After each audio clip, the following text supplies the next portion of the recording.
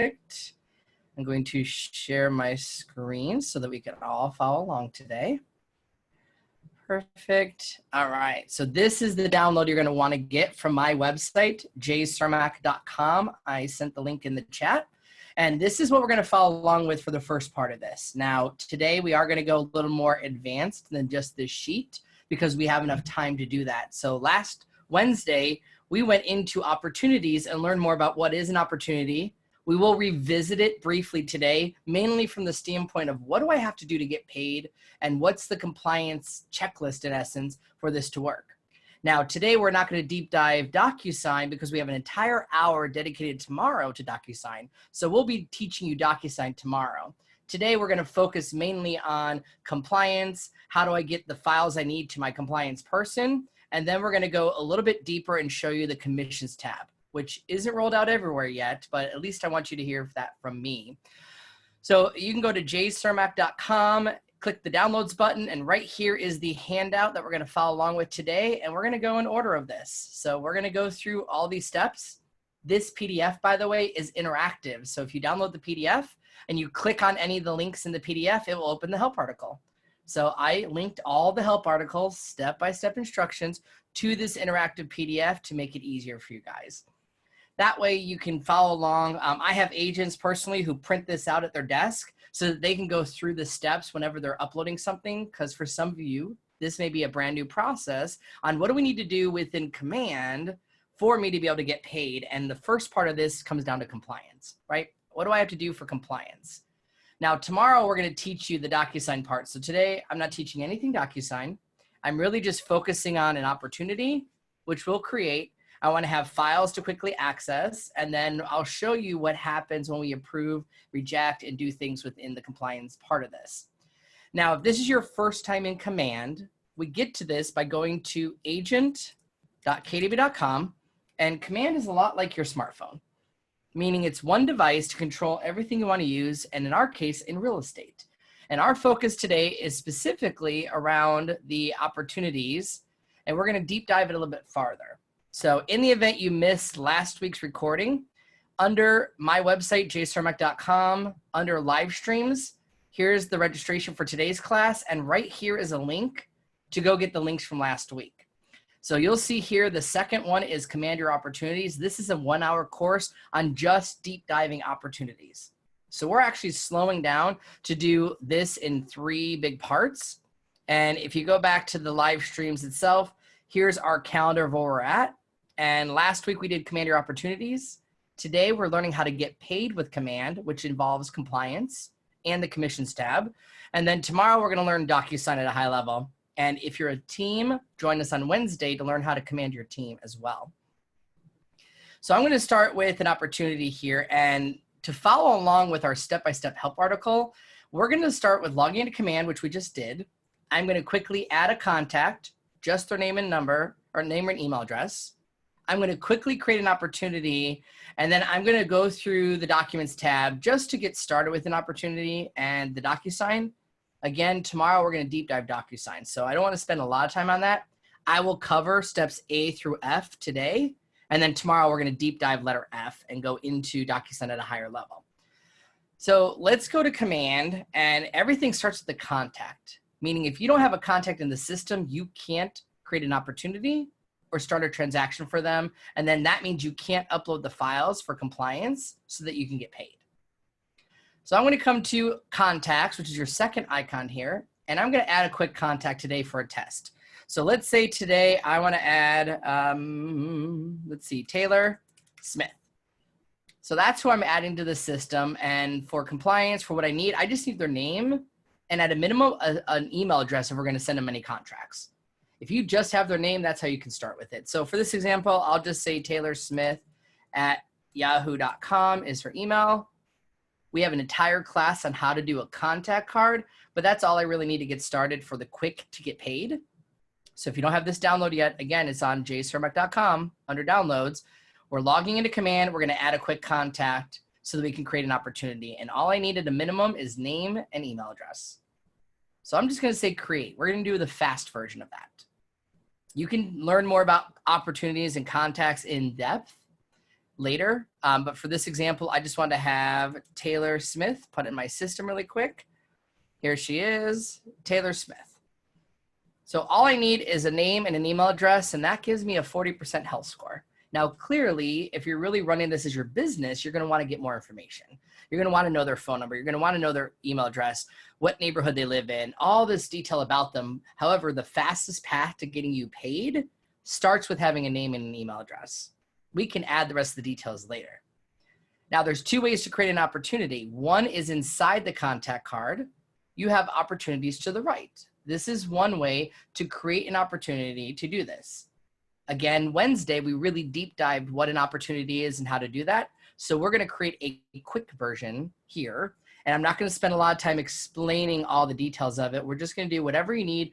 The fastest path to getting paid is the goal of this document. And then when you have time like we do now, you could slow down a little bit more and layer in more and more knowledge and things to do along the way.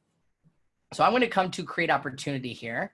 And I like doing it from the contact card because usually I'm adding notes and more details about them. And that for me personally just became my best way to do this.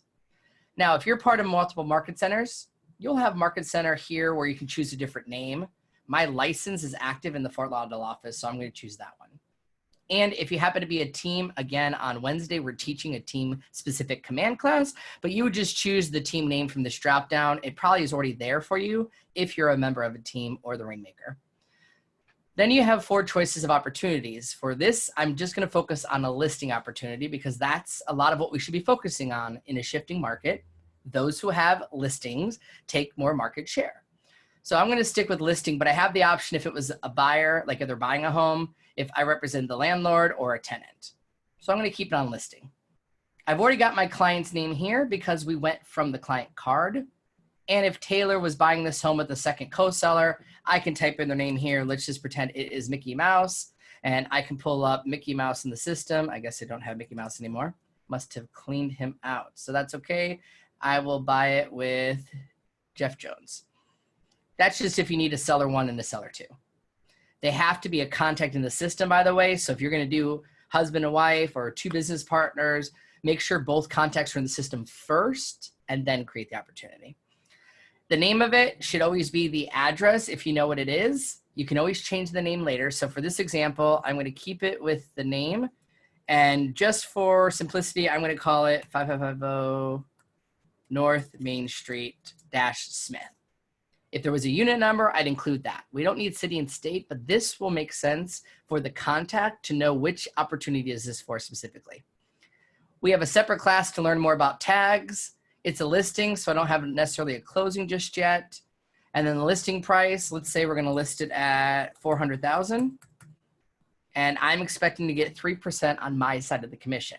Now, this commission rate does not mean total for the buy and the sale side. It just means if you list it and only close the listing, how much is your portion of commission? So that's why I put 3% there. And today we're not going to go through all the different phases and stages for this example, but I know this is going to be an active listing, so I'll just change it to that. And again, watch our recording from Wednesday, the 1-hour class on everything you can do with an opportunity and what those phases and stages mean. So to recap, I clicked on the contact, came to opportunities up here, clicked create an opportunity. I made sure my market center was selected. It's already on listing. I'm the owner of this. I've got the client and the co-seller's name here. I renamed the opportunity to be the address. I added a list price, my commission of 3% for the list side, and then I just changed it to be active. So I'm going to say create opportunity. Now this is going to create an opportunity. Under opportunities, now I have a 1. See if they're buying a home, selling a home, maybe buying another investment property. It's going to list each one of those. So the address and the naming matters because it's going to help me identify which property is this for specifically. Now, if I come back to our document, that means we just did letter A, B, C. So as you keep going through this, you'll get better at it. I know for many of you, if this is your first time doing it, it takes a little bit longer. The focus of command is what can I do to get you to 5 minutes of value? Like how fast can I get you where you need to go? So we just did letter A, B, and C. My next section is going to be letter D to go to the documents tab and start a transaction. So that means we're going to click the name of the opportunity, and that opens up an opportunity. And to recap what we covered last Thursday, this to me looks like a giant manila folder. So this would be the tab of the manila folder telling me the address of the property, Taylor's information, Jeff's information, and once it's listed in the MLS, I'll select it from the listing, which we'll do in a little bit, but we don't have to do it right now. Under details, here's the details about the home. General information has its own little pencil that I can go to and edit. So if it was a buying opportunity, I don't have an address yet. So I would start it with maybe Smith buyer for now. And then once I figured out we're buying 123 Main Street, I would rename it at that time to the right address so that it can help find it. You can also add more information down below when you need to, or add a list price, closing date, things like that when it's time as well from that edit button. We have a box for property, but I don't have to fill it out for this example to get paid because it will choose it when I select it from a listing. Now, just like a manila folder, to me, this is the cover sheet on front of the manila folder. And then inside it are going to be the documents and all the files. Then eventually we're going to have any offers on the home, which we'll do later in the class, which then unlocks the commission tab, which is where I'm going to replace the green sheet to now say, here's my commissions, which then gets me to my notes and then my timeline of the whole thing. So if you imagine this as a visual of a file, that's what's helped me understand an opportunity at a higher level. And then as we keep using this, the timeline is going to get longer and longer, which is great if you have a transaction coordinator or an admin or you're on a team. It's your ability to see everything that's done in this one opportunity. Now, just for getting paid and following along here, if I go back to my document, letter D was just to go here, and we're going to click on Start a Transaction. Now, this would be for DocuSign, and just for today's example, I'm not going to deep dive DocuSign because we're teaching it tomorrow.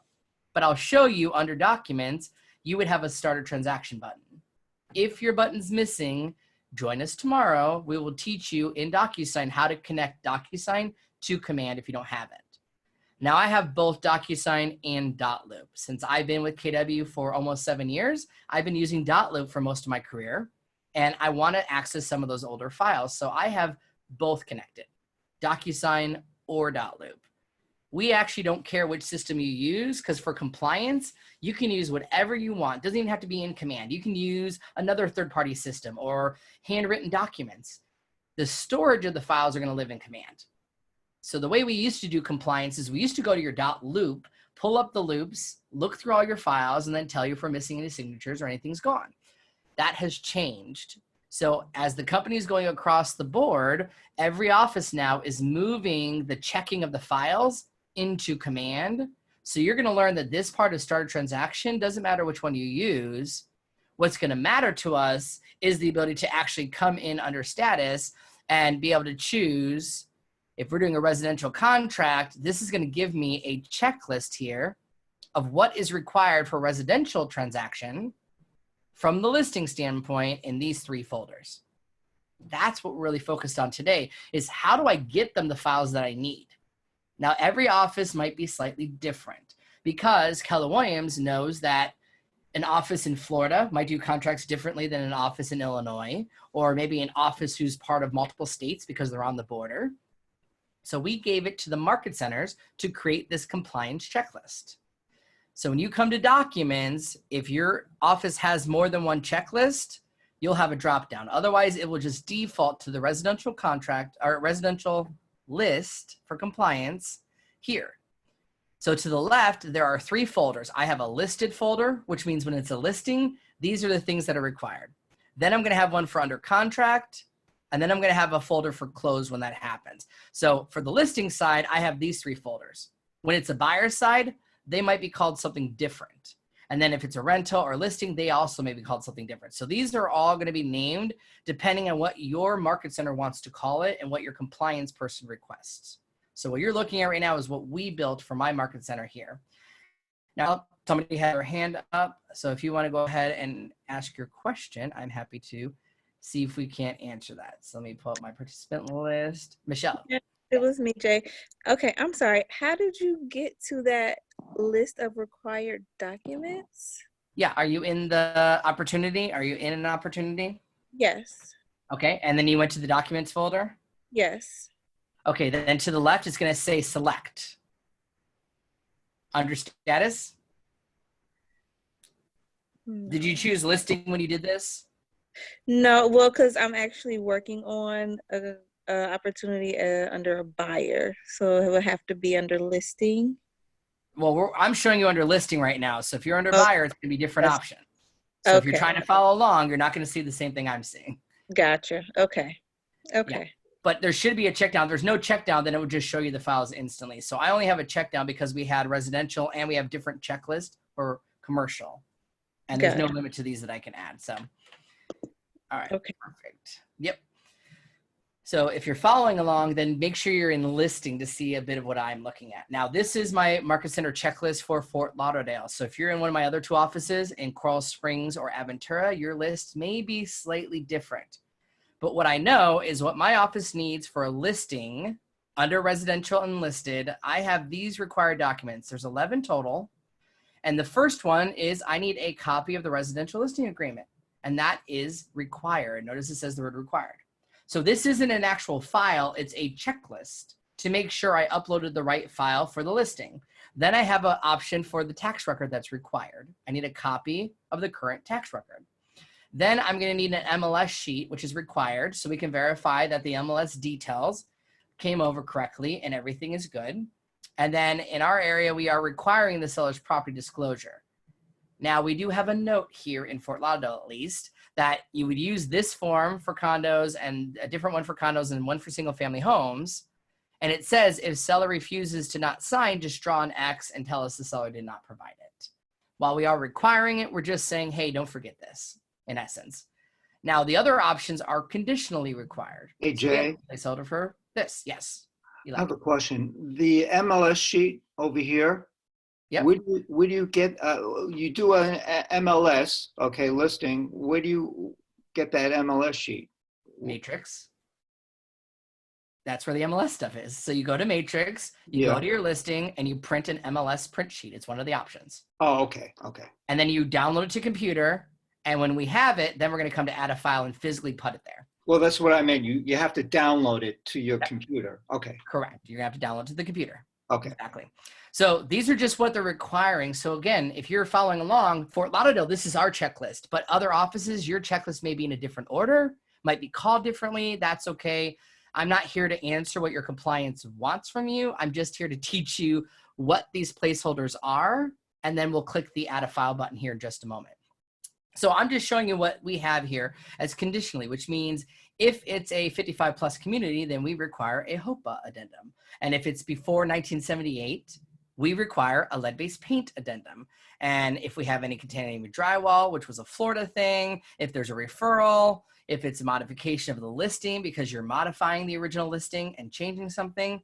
So we have some things here that are conditionally required or optional for the listing. If you're under the buyer side, this checklist will be a little bit differently. It would just be called different stuff. If I go under contract, it would need a residential purchase contract. Seller's property disclosure signed by both parties. I will need a wire fraud disclosure, lead-based paint. I think you're getting the idea, right? Each folder has a different requirement. When it closes, now we're required to get my HULD or ALTA or closing statement. I'm required to have the MLS close sheet here. And if I have a disclosure, great. And if I have a final walkthrough, it's optional. So they're basically telling you, here's what I need from you. Now you have a couple options here. This is new that I can actually export everything together as a big export file. So this is for maybe you personally want to keep your own records of these files. You can actually, once everything's been uploaded to us, click this little arrow and export all the documents, even password protect them so that you have a backup. Remember, the file storage is moving from .loop and DocuSign into Command. So we're only going to store files in Command for your clients. To the right, I've got some options like add an item. So we gave you everything that's needed in the residential checklist. Let's say you had something that wasn't listed here, like a separate addendum that you need that wasn't in the list. You have the right to add any item you want right here under add an item. Now, again, we're here mainly to show you just what you need to do to get paid. I'm showing you, though, if you wanted to add your own document of some kind that wasn't in this drop-down list already, You can add an addendum, agreement, contract, give it the name that you want, and you can choose to manually get it from the computer, get it from DocuSign, or from a special folder if you want. You have the ability now to chat with people, which I'll show you in a moment.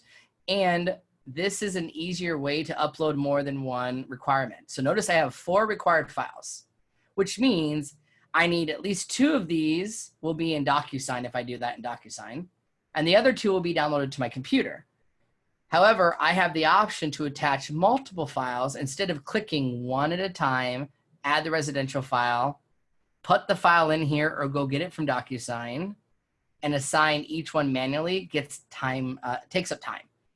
The faster way is to click attach multiple files, and here's everything in that list, and I can quickly drag it from my computer or go get it from DocuSign for multiple files before I hit the attach button. Just makes it faster to add all the files that you need. But what you're hearing though is we need every file split up and separated. And the reason for that is today, I don't know if you realize how many hours it takes for compliance to go through your dot loop or your loops and try to find the file that we need that's legally compliant. Mainly because we're not all organized. I might leave a copy of the previous executed contract, but we made a change to it, and now there's a newer version, and you, who didn't do the file, are going to be confused by that. And we spend a lot of time looking, or a lot of you will put together one giant PDF of 60 pages, and inside that might be the listing contract, seller's disclosure, condo docs, a bunch of stuff, and it's really hard and time consuming for us to find your files. To help with that, and to give your consumers easier access to files that you want to share, that's why we moved to this system. Meaning, what if instead of us spending hours to try to find your file, what if we just teach you a new way, and then it can speed up how fast we can help get you paid, and we can find the files we need faster. So it will feel a little painful for most of you, because I bet you just threw the file in the loop and then left it there and hoped that we would figure it out for you. This will be a little painful to start, and then I've been doing it for over a year, and I just get faster at it. Yep, I'll show you the one here, Sequoia, in just a moment of how to delete one. You can't do it from this screen. We have to do it in another spot. Okay, so let's start with adding our files. Now, clearly, I didn't actually go to DocuSign, so it's going to look like it's DocuSign, but it's not. So to help us with this, I'm going to go get a file that I already have files in to speed up this process. I think we understand the first couple steps of our document all the way up to right here, letter E. So my goal is to skip from letter E down to number G, because the middle part is what we're teaching tomorrow. So my focus, I'm going to go into my opportunity here. Let's say it is this file, documents, and I wanted to do this so you would see I already have files in here. So part of the reason I'm doing this is to show you that if I have signed contracts in DocuSign or even .loop, when I go to add a file like the MLS sheet, let's just pretend it was in DocuSign. When I add a file here, I have 3 choices. The first one is manual, meaning if you don't use DocuSign or .loop, that's okay. Get me the PDF version of this document to upload. So if I had a PDF version, let me see where my closest PDF is. I don't want to upload that one. Pages, I got a bunch of files in here, as you can see. Here we go, PDF. I'm going to click and drag this PDF over right here. So the goal is to put in the PDF that I need into its place. Now, why would you use that? Well, if I'm a listing agent and we have an executed contract, well, maybe you guys sent me all the signed contracts and it's physically signed. Well, then I don't need DocuSign or .loop. It's already signed. It's executed. I can upload the manual PDF myself.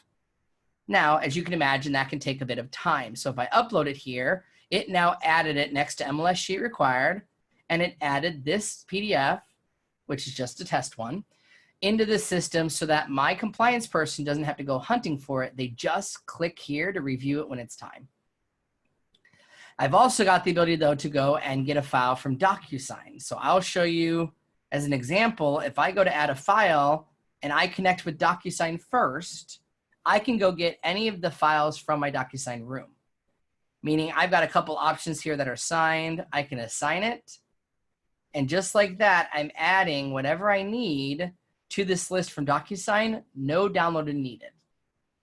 There's a trick to this though, because a lot of you are used to today, before we had command, here's how you did your deals.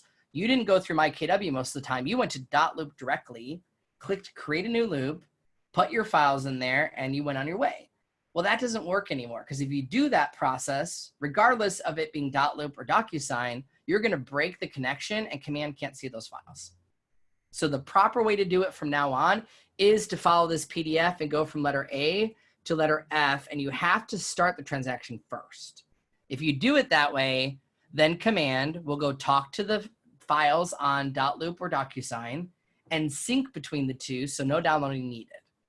If you skip this step, well, it means you're going to have to manually download the file and bring it in. There are some workarounds if you have issues, and off of this call, I'm happy to share those tips with you, but process to follow it correctly, follow this guide to the letter, and you will not have any issues. So we logged into command, we added a contact, created our opportunity, started our transaction so that I can get files from DocuSign. Tomorrow we're teaching DocuSign, so the middle part will be tomorrow. And now once it's done, I'm going to upload to compliance, back in opportunities, and we're going to go to documents and find the file that I need by clicking add a file. So that's the correct process that we're going to do for today for this to work. Yeah, Michael, you're going to sign into DocuSign through command. So tomorrow we're going to teach you more of the DocuSign part of that and how that works. Today, I'm not going into DocuSign just because it's a totally separate animal for right now. I'm just showing you, for me to get paid in command, I need to have a file put here. Now, if I have a new version of the residential listing agreement, well, guess what? I don't need to have a third copy of it. I just need one version of the file. So to the right of this, I'm going to have a little 3 dots, and I can just replace it with the most recent version. Meaning if we agreed on everything, we signed the contract, we're executed, and then all of a sudden we renegotiate for a new price, and all we do is initial a change, but now it's under a new price and a new date and new thing, I would just replace it with the newest version. I don't need to have 5 versions of the listing contract inside this checklist like I would in a normal file or loop or paper. This helps us keep it organized and in order better, and will help us as well. By the way, you can come to version history. So if you did upload an old version and then there's a newer version, you never lose it. It's still there. You can always go back and see the version that you had downloaded previously. So there will be a history of all of those in this view. So if I submit all this, I have everything that I need. You're going to have an option typically that says submit to Market Center. Technically, I've already submitted it, but just for this example, I'm going to click submit to Market Center. And this is how I tell my compliance person I have files for them to look at. Now it's going to tell you to avoid delays, make sure all the attachments that you added are accurate, and contact your Market Center if you have any questions. So I'm going to click submit. So your focus is adding a contact, creating the opportunity, come to documents, and then whatever way you sign them, it doesn't matter. It could be paper and ink, and you scan it in as a PDF. But you have to come here under documents and upload every file that's required, or else compliance cannot turn around and pay you there. Stephanie, how often do you submit to the Market Center? It would depend. For us, we want it submitted to us within 3 days. So if I don't have all the files here, don't submit it yet. Don't submit it till you have everything together, because the compliance person spends more time sending it back to you saying you're missing this, you're missing that, you're missing this. So the compliance law in most offices is within 3 days. It depends on your state, by the way. Our state requires within 72 hours to have it in our files. So if it's a new listing, if it's under contract, check with your Market Center on their rules of when they need it. And then I would only submit it to the Market Center when I have filled in everything that's required. If I'm missing the tax record, don't hit submit, you're missing a file. It's just going to annoy your marketing person or your compliance person. They're going to say you're missing something, and they're going to have to go back and forth to you. Now, I'm going to show you something special because I'm going to go in as compliance and approve this file so that you get a preview of what your people have to do. So I'm going to go into command, and I'm going to log in as one of my MCAs so that I can actually show you what happens when she sees the file. Now, you're not going to do this yourself, but I think it helps us if we understand what they have to go through to be able to approve this file. So I'm going to come to Command Market Center as the MCA in essence, opportunities. And this is the only way they know that you have a new file here. They come to compliance. Now, I just did this under here, and this is my resubmitted. Let me make sure that's the right one. Yes, for Lee Rosa. So this is what shows up in the compliance request. In Aventura, we have 12 of them that she needs to go through. 3 are recently submitted. 1's a resubmit, which is me. And then 8 of them have recently changed some data about it. So here's what Market Center, MCAs, or your compliance person are going to do. They're going to come over here and click review. Now you'll notice it looks similar to your version. I've got a little color here, usually just says submitted. And I'm able to come in now and review this file. Now, technically, they've already reviewed 2 of my documents, but I'm going to say to all, and this is what they go through to approve the file. So they have to click here and maybe make this to be a little bit larger, look at all the files, and what they're doing is making sure that all the initials are where they need to be, and they're either going to approve this or reject it. Now, I've already approved that one, so I can zoom out of this. Page fit. I'm going to click the next button. I haven't approved or rejected this one yet, so I'm actually going to reject this and say, this is not the tax record. Please submit it to us. So I'm rejecting it back to you. And I'll show you what happens and what I'm going to see. But you're seeing here that this is not a tax record. So it's going to tell me why was it rejected if they reject something. Click the next button. Here's the next one. Okay, this is supposed to be the MLS sheet, and it's not. Reject document. This is not the MLS sheet. Please upload the listing MLS sheet. Reject document. So I'm basically telling you if I approve something or reject something. And if I approve it, like this one's approved, it's just a little green checkbox. And here's what's happening to our command system, by the way. So now here's what it's going to look like. I'm going to see 2 of these were rejected and 2 of them are approved. So I'm halfway done with my compliance. Now what Robin's going to do in this case for my MCA or compliance person is they're going to click the little chat box and tell me something like, hey Jay, looks like you are missing tax record and MLS sheet. Can you please resubmit? And I'll show you why I'm doing this. Okay, so if they're done, she's going to send this back and return it back to me. Your compliance has been done. So that's what your compliance people have to go through. If I come back to command, and I'm going to go all the way to the beginning of command. So when I log into command the next time, this is how you're going to be alerted that something has changed. In the upper right-hand corner, you're going to see a bell. This is going to tell me right here, your request has been returned. You'll be able to resubmit it when you fix the problem. So I'm going to get an alert on Kelly. So my phone just sent me a text message from Kelly saying, Jay, your compliance was rejected. So I got an alert on my phone. You don't get an email, by the way, so just be aware it's not going to email you. And then when I come into command, I'm going to see a little red circle in the bell, and it tells me it's been rejected. Good news is you don't have to run around for it. You just click this, and it takes you directly to the file and the document section that was returned. And now you're going to see it's in red saying it's returned to me. Here's a little speech bubble with a little red circle. So it's telling me Robin or my MCA or compliance person is trying to chat with me.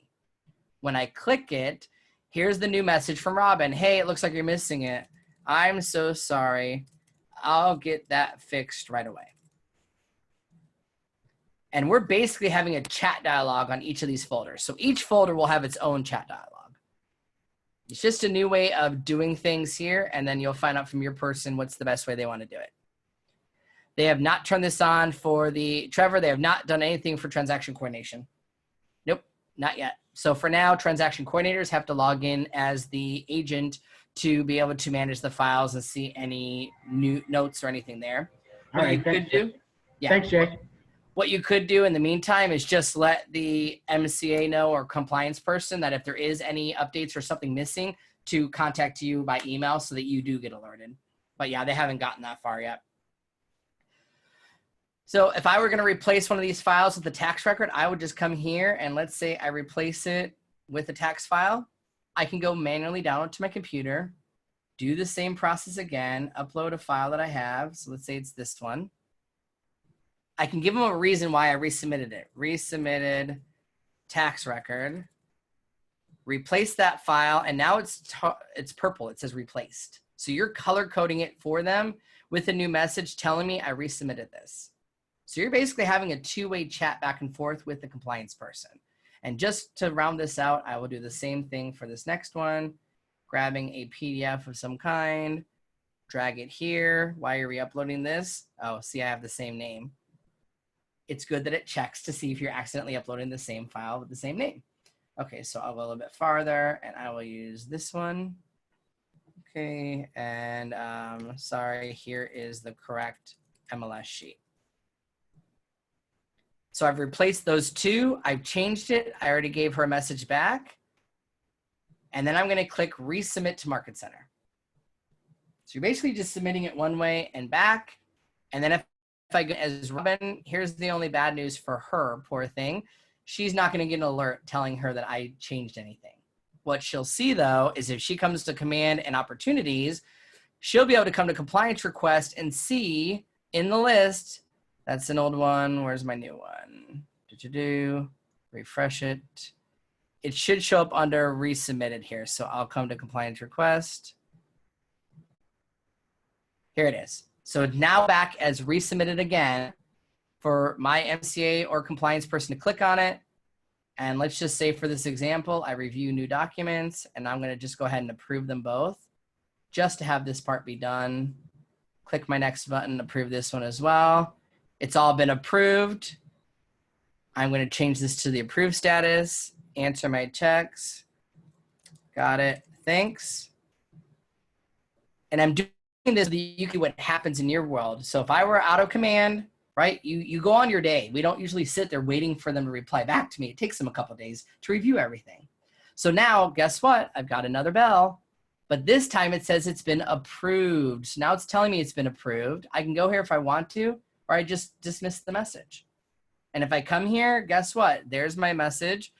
Everything's been approved, and the message back from Robin just telling me, thank you.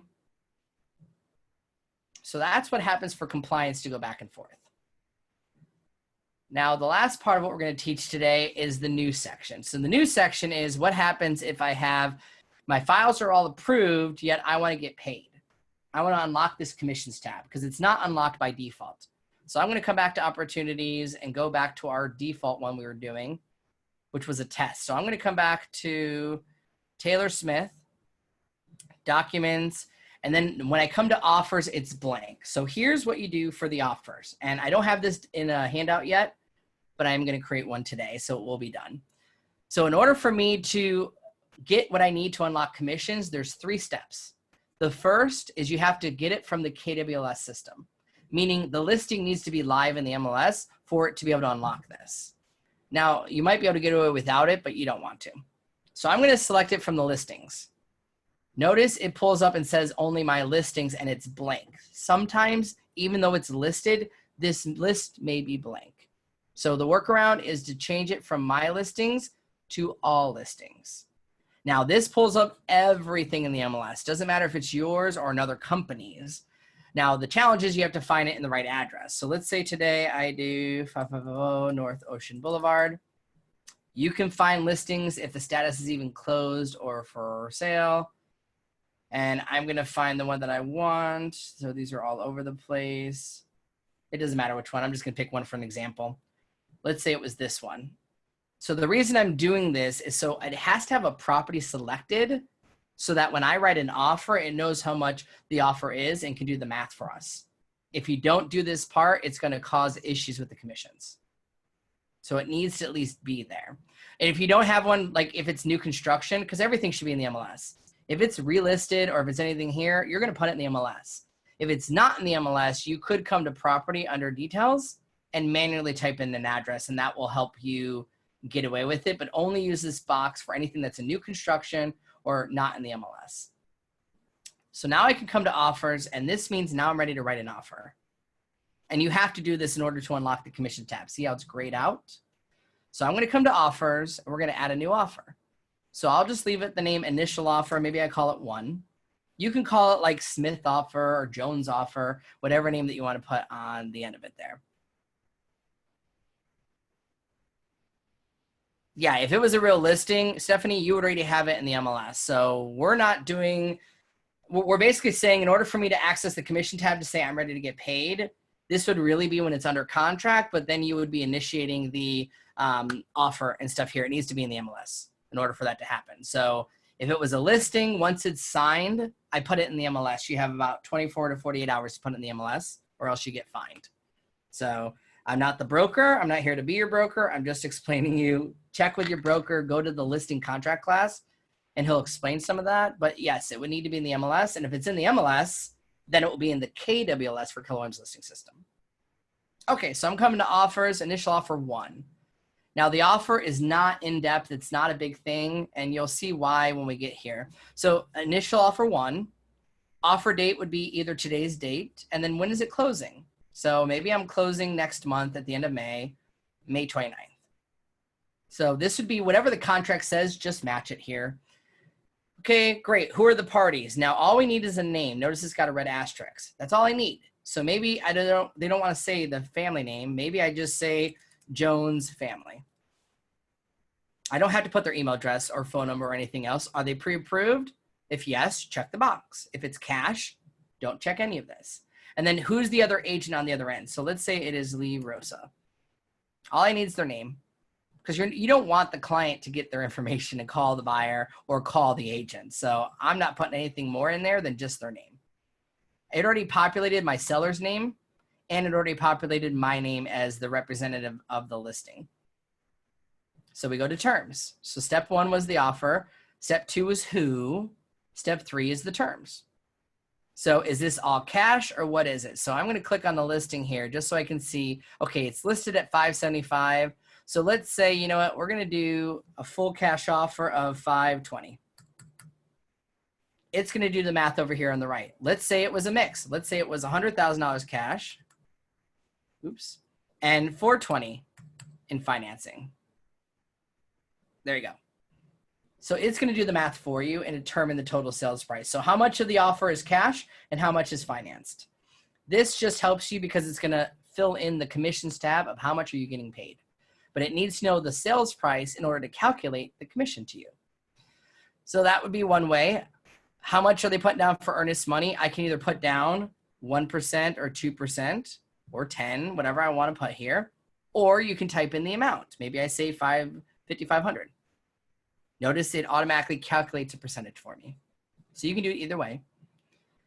Typically, we're not paying much in option fees right now, but it's there if you need it. And then termination option. This would be buyer will give notice to terminate. You can put it in here. You don't have to. So in our state, typically an as-is contract has a 15-day termination clause that they can terminate for whatever reason within 15 days. I could put 15 there, or they might make it less. And if they're asking for any money from the seller, you can put those things in here. So all I really need is the cash, earnest money, and then termination. Go to an agent analysis. You do not have to type anything in here, by the way. This would just tell the client what are the pros and what are the cons and what's your summary. It's optional. If you don't want to put anything, just click save. Now you're probably wondering, why the heck do I have to do this? Because part of the consumer journey is letting them do this from their app. So one of the days, and very soon, we're going to unlock the app to give them the ability to say, hey, here's an offer from the Jones family. They're offering you $520, $100,000 in cash, $420 in financing. Here's their earnest money, and they want to close on May 29th with a 15-day status. Do you want to accept or reject it? Now, right now, you have to hit the accept and reject button, but soon they will be able to do that on their app, which is really exciting because then that really lets them be involved in the process, and they'll be able to view the contracts, view the offer, and do the details in their KW app. Now, it's not live today. You have to do it manually for them, but that's why it's asking you to do this part. So you have the option to accept it, reject it, or click the 3 dots here, and you can renegotiate it if you want to, or send the offer to them. For this example, I already talked to the Jones family, and Lee's going to go ahead and sign this that Jeff Jones is buying this house. And my buyer is good with it, so she accepts it. Once I click the accept button, watch what happens. The commissions tab unlocks itself.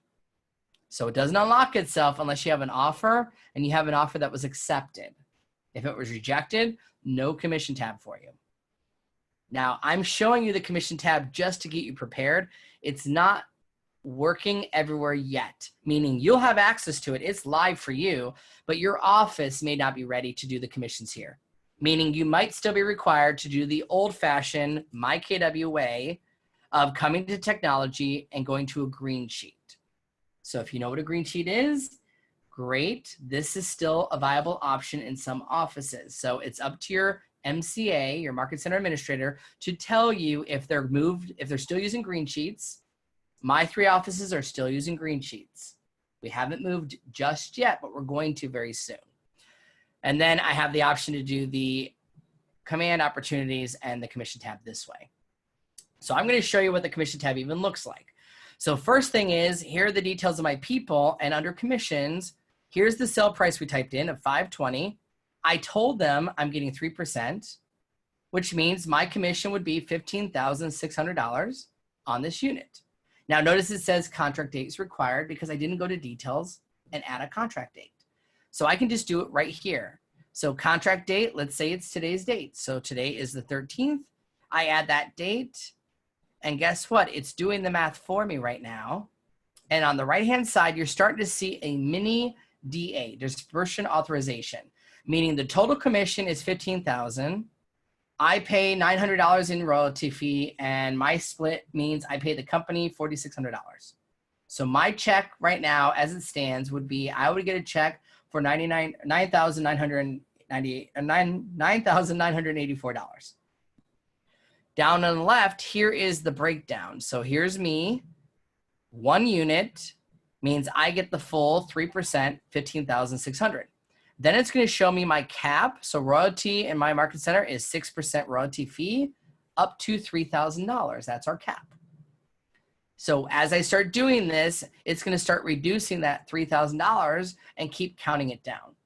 Now you notice actual doesn't include the current number because it hasn't closed yet. So they haven't actually paid me, which means your actual isn't any money yet. Meaning I haven't given them $9,900 yet. So I'm at an actual balance of 0. If this closes, then my actual balance, I'll be at an actual of $900 paid towards it. And my balance will now be $2,200 or $2,100, or I guess $2,000. So this is going to start doing the math for you and show you how close you are to capping in real time. Then it's got company dollar, meaning my market center split is 30%. And then the cap is $20,000 in my market center. So $4,000 minus the 20 will eventually be what my balance is. So that would be, I guess, $13,000 would be my balance. And once I hit 20, guess what? I get 100% of this. So if you've ever seen a green sheet, it's very similar and a little bit easier, honestly. Then on the left, I've got some deductions. So do I have to pay E&O insurance? Nope. For me, it's already included in my monthly bill. Do I want to donate money to KDB Cares? We'll show that in a second. Do I want to donate money to KDB Kids Can, which is a kids charity? And then there's going to be the option here to do a Bold scholarship if I want to give money to Bold. Now, right now, as it stands, the check is for $9,984. However, I have the ability to add more items, meaning what happens if there is a bonus that I get? Maybe I get a bonus of $400 that I charge as a transaction fee, which I guess is not here. That would be a bonus to me. So $400, do I split it with my office? If I say yes, I check the box. If I get to keep all $400, then I would just say add here. And now I get an extra $400 and watch it increase the amount to $10,360. And I would get part of that money because I still have to pay 6% on it. You don't get to get away with that.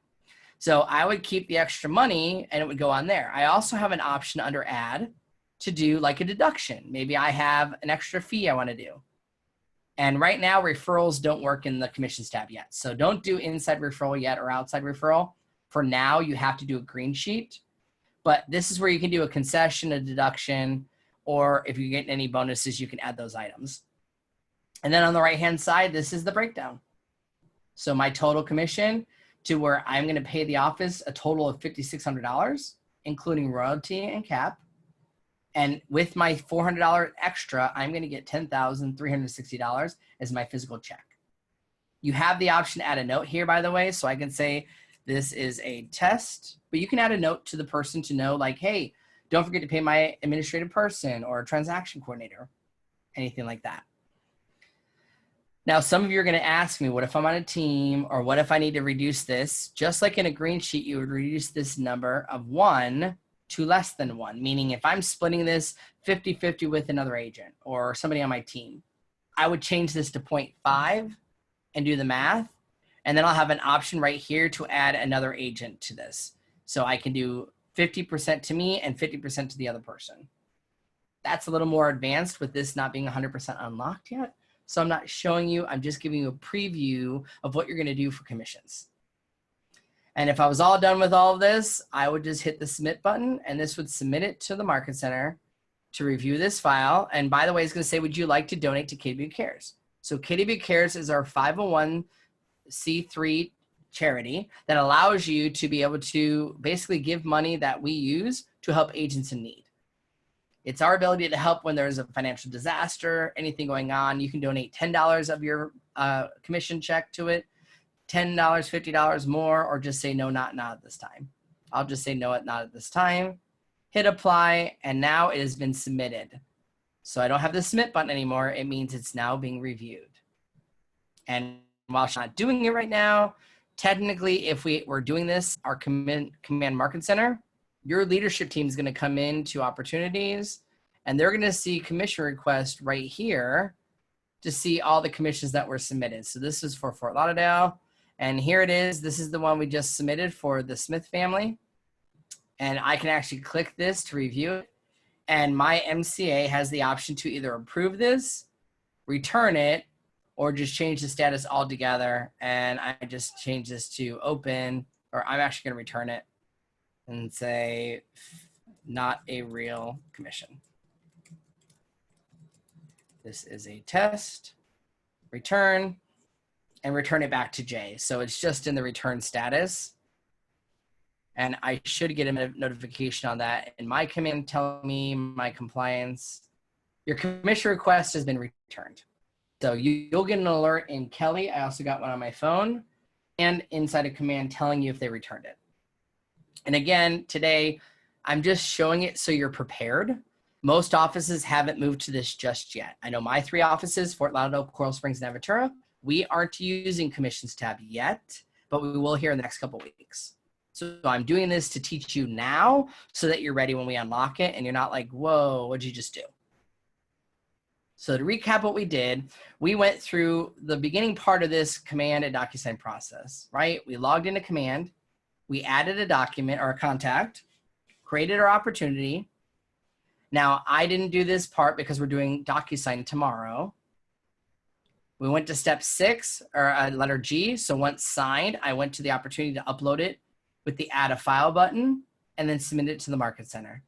The Market Center rejected and approved things. And then I was able to do the transaction in the opportunity to submit it for compliance. So under documents, we submitted for compliance. It's all been approved and done. So these are all, this is a test one. But once it was approved, I get a little message here that it's approved. We added our listing. We went to offers, created a new offer and accepted it. And that unlocked our commissions tab for me to submit to the commission. And this was why it was rejected. So it's a new process, a new way of doing things. Okay. Oh yeah. Thank you. How do you get a copy of the PDF? It is on jaycermak.com. So if you go to jaycermak.com, here is my website, JAYCERMAK, and click the downloads button right at the top. And it's the first download. That would be where the handout is that I just showed you guys. So that is the first part of this class. Remember, tomorrow, come back. We're going to go into detail on the 14th on Learn DocuSign. So I'm going to spend tomorrow 99% of the whole time in DocuSign and how it works so you can practice it, learn it at a higher level. Again, this class will be recorded to watch again, so I'll have that posted later today. Last week, we did the opportunities class, so that recording is also posted on my website, jaycermak.com. And if you want to get our next classes, you just come to live streams. And right here is the link for tomorrow's Learn DocuSign. And you can click the link right above to go get previous recordings And all of these recordings, by the way, are on YouTube, on my YouTube channel. So I'm going to open it up for questions. Hopefully you guys have been able to follow along and go through all these. Awesome. Thank you guys. So I'm going to stop the sharing and open it up for Q&A. If you guys have any questions or want to learn anything, let me know. I'm happy to answer those. Okay, so let me see if we did one. I have a question really quick, Jay. For the purposes of getting paid, we just have to make sure that all the required documents are uploaded and we have submitted it to the Market Center for compliance review and they have approved it, correct? Correct. So they're going to, once you get all the files in, then they're going to go through the process of approving it and letting you know.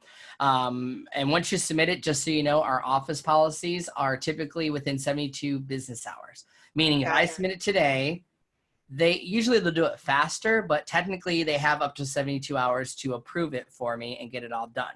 Now, what happens sometimes is, what if you're missing a file? Like you saw, I missed a file, right? They said, Jay, you're missing something.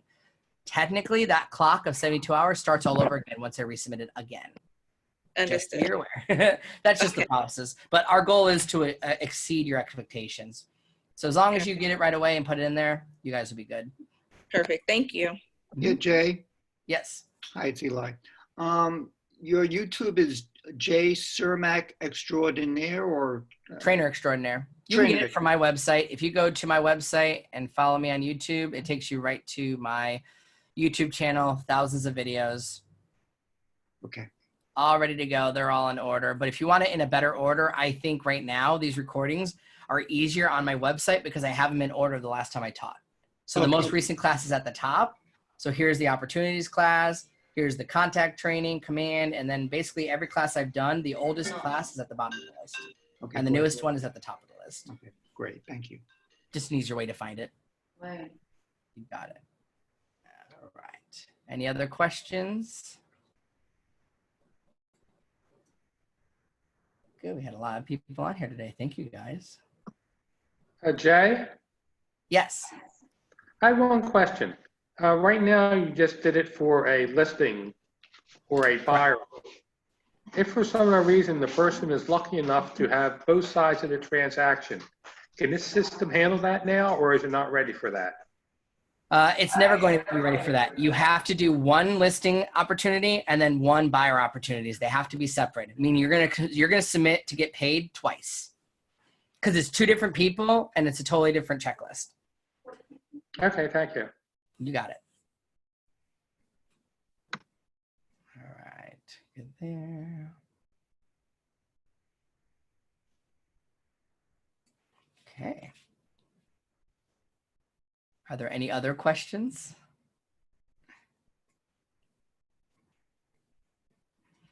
Just how to delete the opportunities. Like I put a lot of test ones in when we were, doing the classes, and I just want to clean up my database a little bit with the content. Thank you. Yep, I remember you telling me that. Okay. So the way you do that is actually under opportunities. So it's going to be where we were before. You're going to come to opportunities and then go find what bucket it's in. So like the one I did today is under my active bucket. And here it is right now, 5550 North Main Street. And if I come to the three dots to the right, I have the option to archive it. So you can't delete anything because for compliance and legal reasons, we don't want you to accidentally delete a file. However, you can archive it to get it out of your view. So if I hit archive right now, are you sure you want to archive? I say yes, and it takes it out of my view and doesn't mess with my numbers. So you would just do that in every deal you don't need because a lot of these are all old test ones. I can archive all of them actually. Okay, thank you. Yep, that's how you kind of get them out of your view. You just archive them. Awesome. And then I see we have another question. Okay. Thanks, Michael. I appreciate that.